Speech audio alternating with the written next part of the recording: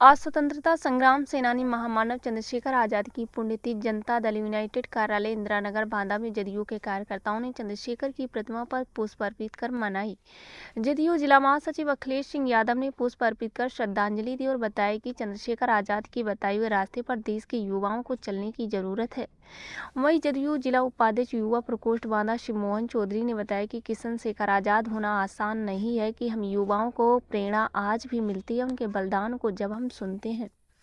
साली सिंह पटेल प्रदेश अध्यक्ष महिला प्रकोष्ठ ने विस्तार से चंद्रशेखर आजाद के बारे में बताया कि महान क्रांतिकारी चंद्रशेखर आजाद की आज पुण्यतिथि 27 फरवरी 1931 को वह अंग्रेजों से लड़ते हुए शहीद हो गए। उनका जन्म 23 जुलाई 1906 के मध्य प्रदेश के अलीराजपुर जिले के भावरा गांव में हुआ था। देश की आज़ादी के लिए जब जब अपना बलिदान देने वाले क्रांतिकारियों के बारे में चर्चा होती तो चंद्रशेखर आजाद का नाम प्रमुखता से लिया जाता है। आज उनकी पुण्यतिथि है। 27 फरवरी 1931 को वह अंग्रेजों से लड़ते हुए शहीद हो गए। कहा जाता है कि वह आज़ादी के लिए इतना दीवाने थी कि जब वह महज 15 साल के थे तो गांधी जी से प्रभावित होकर उनके असहयोग आंदोलन में शामिल हो गए थे। इसी दौरान उन्हें गिरफ्तार भी किया गया और जब जज ने उनसे उनका नाम पूछा तो उन्होंने बताया कि उनका नाम आज़ाद है, पिता का नाम स्वतंत्रता और घर का पता जेल है। इसके बाद जज ने उन्हें 15 कोड़े की सजा सुनाई थी। चंद्रशेखर आजाद का जन्म 23 जुलाई 1906 को मध्य प्रदेश के अलीराजपुर जिले के भावरा गांव में हुआ था। उनका पूरा नाम चंद्रशेखर तिवारी था।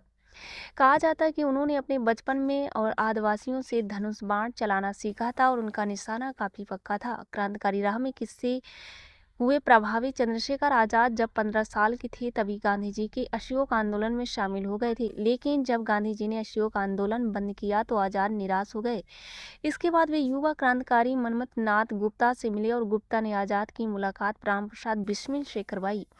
इसके बाद आजाद बिस्मिल के हिंदुस्तान रिपब्लिक एसोसिएशन में शामिल हो गए और क्रांतिकारी योजनाएं बनाने लगे। कहा जाता है कि चंद्रशेखर आजाद ओरछा के पास जंगल में लोगों की निशानबाजी से सिखाते थे और पंडित हरिशंकर ब्रह्मचारी का नाम रखकर अपने कामों को अंजाम दिया करते थे। आजाद का एक प्रमुख काम क्रांतिकारी कार्यों के लिए धन जुटाना भी था और चंदा जमा करने के काम में काफी माहिर थे। ककोरी कांड की योजना और आजाद का बच निकलना। 9 अगस्त 1925 को क्रांतिकारियों ने ककोरी में चलती ट्रेन को रोककर ब्रिटिश खजाना लूटने की प्लानिंग कर ली थी। इस लूट ने अंग्रेजी हुकूमत के पैरों तले जमीन खिसका दी थी। अंग्रेजों ने इस कांड में शामिल क्रांतिकारियों को पकड़ने के लिए एड़ी से चोटी का जोर लगा दिया, लेकिन आजाद फिर भी अंग्रेजों के हाथ नहीं लगे। जब सैंडर्स को मारने की प्लानिंग हुई तो तब भी चंद्रशेखर आजाद ने भगत सिंह का साथ दिया। उसका काम अपने साथियों को खबर देना था। वह मरते दम तक अंग्रेजों के हाथ नहीं आए। अल्फ्रेड पार्क में मुठभेड़ और पेड़ का काटा जाना। 27 फरवरी 1931 को इलाहाबाद अब प्रयागराज के अल्फ्रेड पार्क में चंद्रशेखर आजाद की अंग्रेजों के साथ भीषण मुठभेड़ हुई थी, जिसने अंग्रेजी हुकूमत के दिल में क्रांतिकारियों का खौफ पैदा कर दिया था। मुठभेड़ के दौरान जब आजाद के पास गोलियां खत्म हो गईं तो उन्होंने खुद को गोली मार ली, लेकिन अंग्रेजों के हाथ नहीं आए। जिस पेड़ की ओट लेकर आजाद अंग्रेजों की फायरिंग कर जवाब दे रहे थे, उसे अंग्रेजों ने आजाद की मौत के बाद कटवा दिया था। दरअसल इस पेड़ पर लोगों ने कई जगह आजाद लिख दिया था।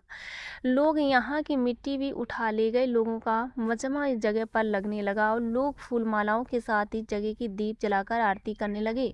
अंग्रेजों को ये बात रास नहीं आए तो उन्होंने रातों रात उस पेड़ को जड़ से काट दिया, उसे फेंकवा दिया। इसके बाद अक्टूबर 1939 में उसी जगह पर बाबा राघव दास ने एक जामुन के पेड़ को लगवाया था। चंद्रशेखर आजाद वीर सपूत अमर बलिदानी थे। मंडल प्रभारी गंगा प्रसाद करवरिया की रिपोर्ट। अमर रहे, अमर रहे चंद्रशेखर आजाद, अमर रहे, अमर रहे चंद्रशेखर आजाद, अमर रहे, अमर रहे।